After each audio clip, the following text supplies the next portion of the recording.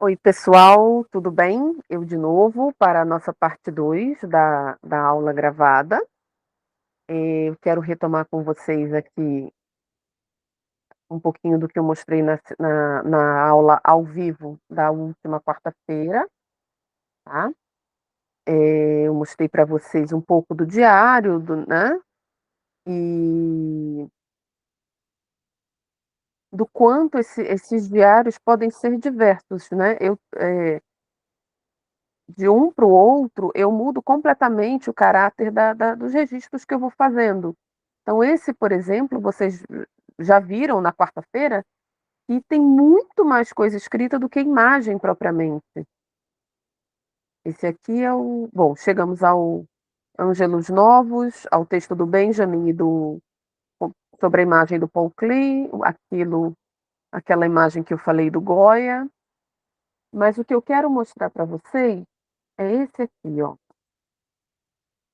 Esse aqui é um caderno da Canson, um caderno grandão da Canson, tá? Ele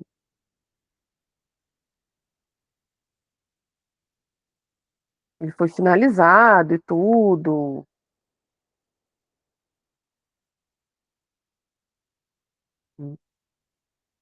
Tem diversas fases, digamos assim, tá?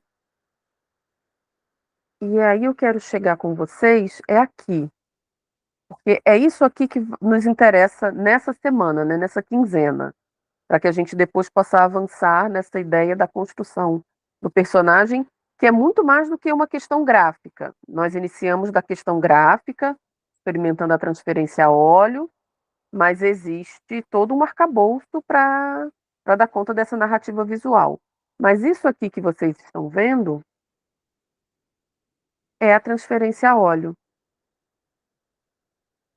a partir do que a gente fez, criação de textura, desenho do rosto, certo? Aqui uma brincadeira mesmo com ângelos novos.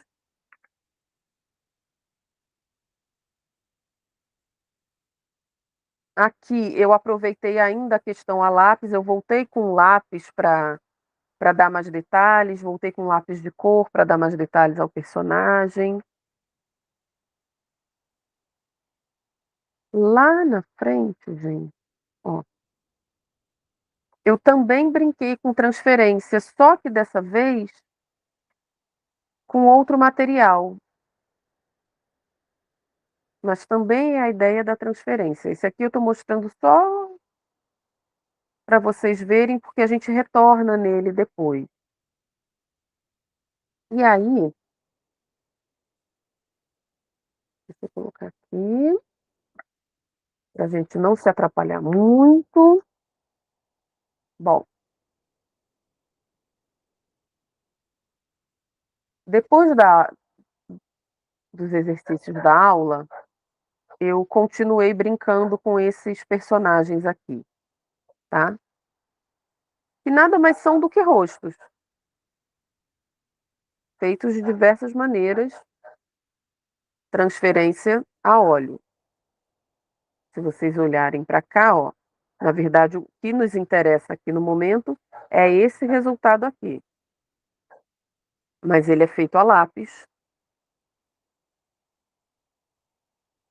no seu verso, né? Quem não assistiu à aula passada, assista que vai compreender melhor do que eu estou falando. E essas aqui, talvez porque a tinta tivesse mais seca, essas aqui não ficaram tão manchadas quanto as da aula passada.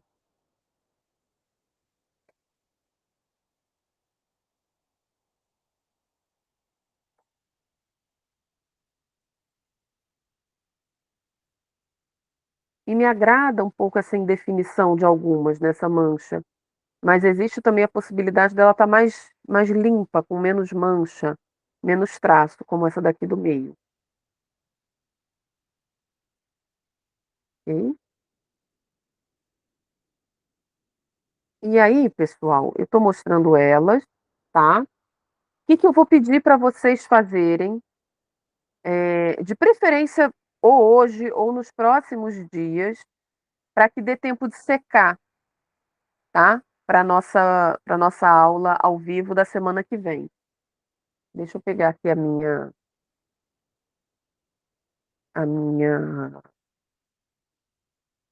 o meu material.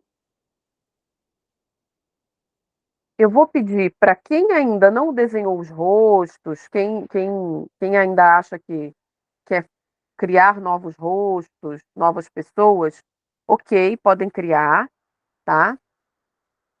E quem já criou, quem já resolveu essa questão aqui na aula passada, eu vou fazer um outro pedido.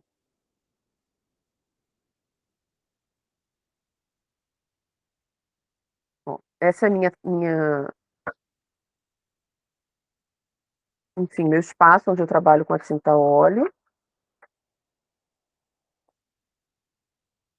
Novamente, como vocês viram na aula, fazer aqui uma demonstração rapidíssima. Deixa eu ver aqui, pegar um rolo, esse rolo.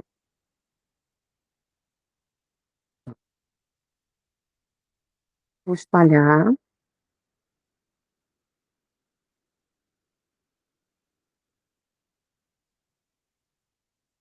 Eu normalmente trabalho com rolo de borracha, mas eu sei que a maioria não tem. E embora eu recomende muito que todos possuam, é, é algo que, para quem não vai desenvolver mais essa técnica, é algo que não é essencial, né? Para quem não lida com monotipia, para quem não lida com gravura, não é essencial, embora eu recomende, tá? É por isso que eu estou trabalhando aqui com o rolo de espuma. Eu vou pedir, gente, para que vocês, na brincadeira com a transferência a óleo,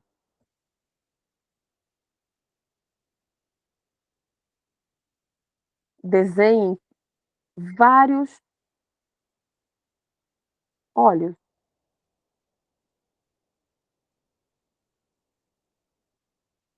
Ai, mas eu não sei desenhar. Procure fazer o mais básico possível. Ó, olha como ele fica atrás, tá? Deixa eu colocar mais tinta aqui, olhar mais.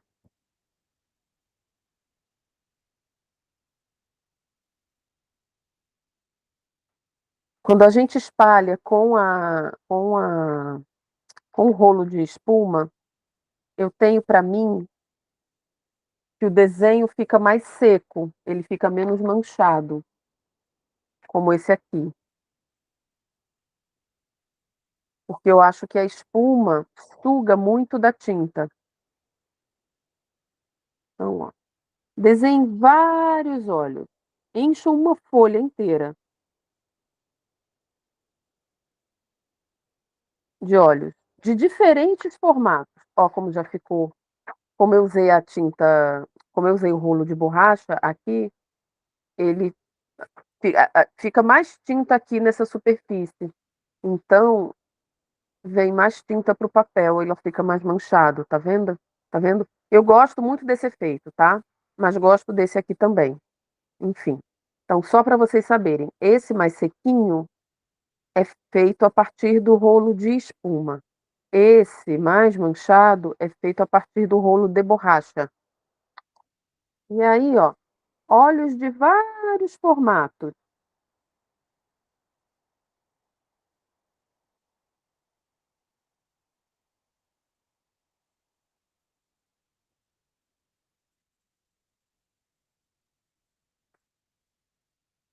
Façam pequenos, façam grandes.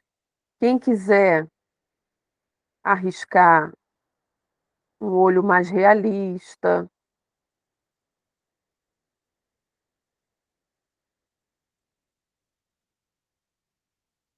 mas eu vou pedir para vocês encherem essa folha de olhos.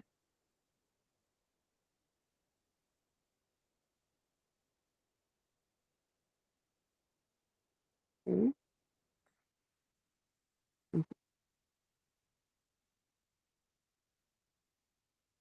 E não deixem para fazer em cima da hora não, porque senão não dá tempo de secar.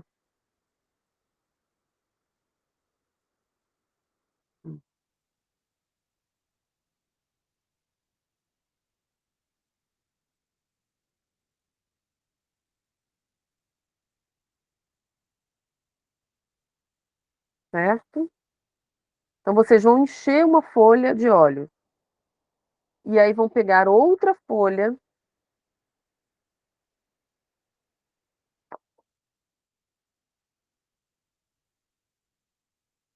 e vão enchê-las de bocas.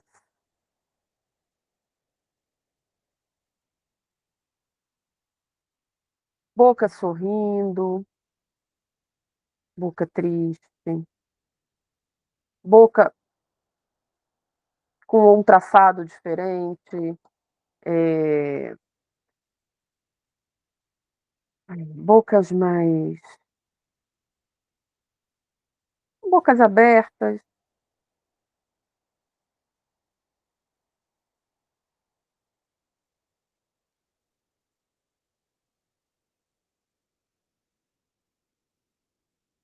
Podem procurar referências de bocas para copiarem, né, porque a gente precisa de referências na criação.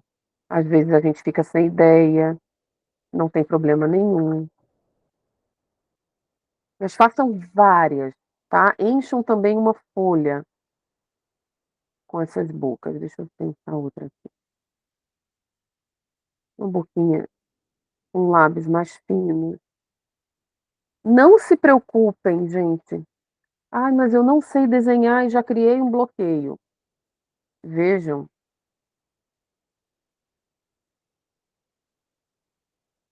que é o lápis sobre o papel. E vejam que eu não estou elaborando nada. Eu estou apenas criando possibilidades de bocas e de olhos para que depois a gente consiga fazer o exercício que eu estou pensando para a aula que vem, tá bom? Esse é um ponto. O ponto número 2 é o seguinte, eu vou agora puxar a câmera um pouquinho para mim aqui.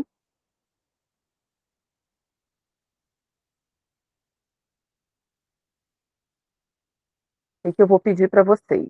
Vamos ver.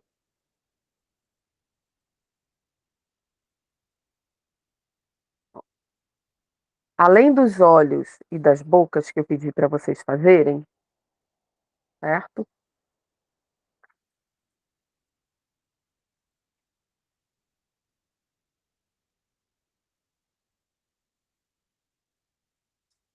Eh, a partir de agora, cada vez mais, cada um vai mergulhar no seu universo particular, né.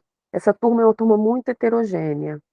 Então a gente tem a Paula, que é uma artista da cerâmica, que desenvolve um trabalho com cerâmica. A gente tem o Paulo, que vem da fotografia e borda, e vem do bordado também, ele cria imagens, né, eh, mesclando essas duas linguagens. A gente tem a Edith, que vem pensando também em um trabalho autoral a partir de bordados, e ela faz questão de nos dizer que são amadores, mas que, assim, que a gente não vai pensar nisso agora, tá? Porque, enfim, a gente vai conversar sobre isso melhor depois, mas que está interessada em ir por essa vertente do bordado e de uma escrita autoral. A gente tem a Cristiane, que que que também está enveredando por um caminho de escrita, eh, com uma vertente, Cristiane, me diz se eu estou errada, uma vertente um tanto autobiográfica, mas que fala de uma região do Rio de Janeiro, acho que nem todo mundo conhece o Rio, mas que fala, um pouco do Morro do Alemão, das vivências do Morro do Alemão. Enfim, vejam quanta coisa a gente tem aqui. A gente tem a Márcia, que lida com as crianças de creche, de berçário, a Vanessa, que é editora, a Mariana, que vem do marketing e que também está enveredando por uma escrita literária e autoral. Cada um tem o seu universo. Então eu quero que vocês comecem a trazer esse universo de vocês, ainda que de maneira muito intuitiva, para esse desenho das bocas e dos olhos, para o que a gente vai começar a criar a partir de agora. Estou fazendo esse desafio para vocês travarem e não conseguirem desenhar nada? Não. Se isso for muito desafiador, esqueçam aquilo que vocês estão trabalhando em paralelo. Apenas façam olhos e façam boca. E vou disponibilizar, eh, eu não sei se eu vou disponibilizar ou se eu vou deixar vocês escolherem, mas eu pensei da gente trabalhar, quem não quiser trabalhar com seu próprio universo mais autoral, né, com seus projetos que já existem ou pré-existem, né. A Erudi que mostrou pra gente um trabalho incrível de monotipia no nosso último encontro. Quem não quiser enveredar por isso, eu sugiro que a gente, trabalhe a partir de contos clássicos, tá.